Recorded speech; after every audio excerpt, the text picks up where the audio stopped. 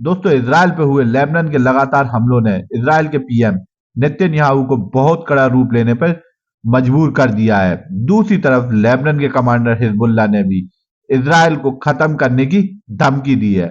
दोस्तों, बता दें कि अगले 24 घंटे बहुत ही ज्यादा खतरनाक हो सकते हैं। तो आइए बताते हैं इस वीडियो में। बहुत ही नॉलेजेबल वीडियो है, तो प्लीज अंत तक बने रहिए। हमास के साथ इजराइल, हिजबुल्लाह और सीरिया से भी लगातार बमबारी हो रही है। लेबनान से इजराइल पर एंटी टैंक गाइडेड मिसाइल से हमला हुआ, जिनकी जिम्मेदारी हिजबुल्लाह ने ली है। इजराइल और हमास के बीच जबरदस्त जंग जारी है।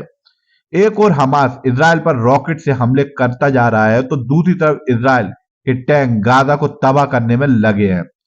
लेकिन हमास की आड़ में हिजबुल्लाह इजराइल पर रॉकेट दागता जा रहा है।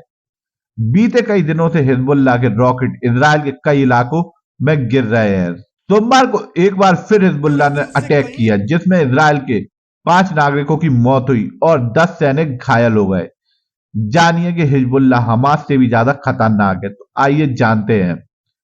बता दें कि हिजबुल्लाह एक क्षेत्रीय शक्ति है। सालों से हिजबुल्लाह ने इराक और सीरिया के कई संघों में भाग लिया है। ऐसा माना जाता है कि इसने यमन विद्रोह में भी ट्रेनिंग ली है।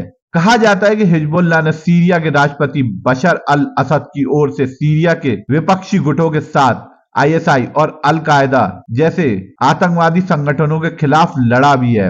हिजबुल्लाह के लड़ाके युद्ध में अच्छा खासा अनुभव रखते हैं। जान लें कि इससे पहले 2006 में हिजबुल्लाह और इजराइल आमने सामने आ चुके हैं, लेकिन तब की तुलना में हिजबुल्लाह के पास इस वक्त और अत्याधुनिक हथियार हैं। 2006 में हिजबुल्लाह ने इजराइल को कड़ी टक्कर दी थी।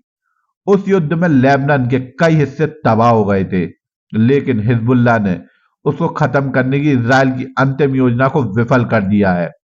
इसलिए उस युद्ध का विजेता आज तक पता नहीं चल पाया है।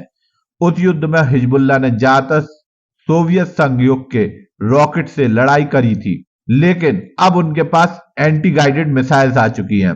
गौर करने वाली बात तो यह है कि हिजबुल्लाह अगर युद्ध में उतरता है तो स्थिति काफी बिगड़ सकती है।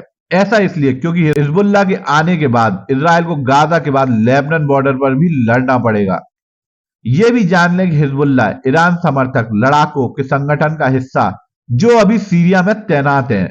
उनकी भागीदारी संभवतः रूप से सीरिया इजराइल सीमा पर तीसरे मोर्चे को खोल सकती है। बता दें कि गाजा पट्टी के अलावा इजराइल को अब लेबनान के फ्रंट पर लड़ना होगा। इजराइल की एयरफोर्स ने हिजबुल्लाह के हमलों को तुरंत भांप लिया और काफी हद तक नाकाम भी कर दिया। जवाब में इजराइल के टैंकों ने अपनी तोपें लेबनान की तरफ मोड़ दी है।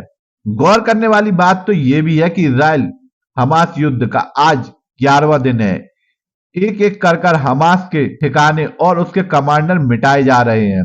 इस बीच इजराइल पीएम बेंजामिन नेतन्याहू ने कहा है कि अब वो हमास के टुकड़े टुकड़े कर देंगे, और दूसरी तरफ हिजबुल्लाह ने कहा है कि वो इजराइल को तबाह कर देगा।